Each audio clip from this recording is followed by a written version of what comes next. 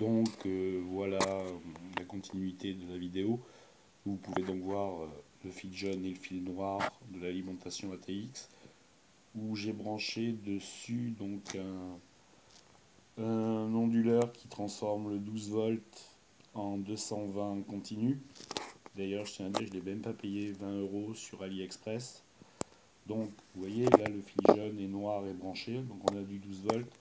J'ai shunté le vert et le noir de l'alimentation ATX pour qu'elle démarre. Donc, en théorie, entre le jaune et le noir, comme j'ai dit tout à l'heure, on a un peu plus de 12 volts. Si j'allume l'onduleur, qui est là, 300 watts de sortie, il va donc me transformer le 12 volts en 220 sinusoïdal. Donc on va l'allumer, on va le mettre sur voilà, on va le mettre sur on. Voilà, il est sur on, et comme vous pouvez voir derrière, donc j'ai branché une multiprise sur laquelle il y a évidemment par test, pour test, j'ai branché une lampe.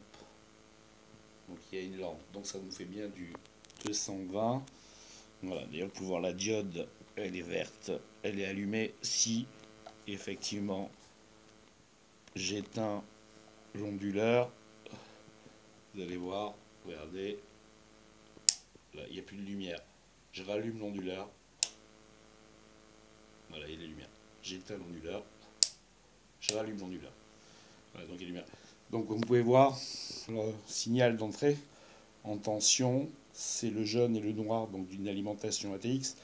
Alors je les ai doublés pour avoir un peu plus de câbles, évidemment. Donc entre le jaune et le noir d'une alimentation ATX PC, vous avez 12 volts, comme je vous l'ai dit. Ce 12 volts là, c'est juste pour m'amuser. Je l'envoie dans un onduleur qui est là, voilà, qui vous transforme donc le 12 volts en 220 alternative sinusoïdale. Donc là, il est allumé.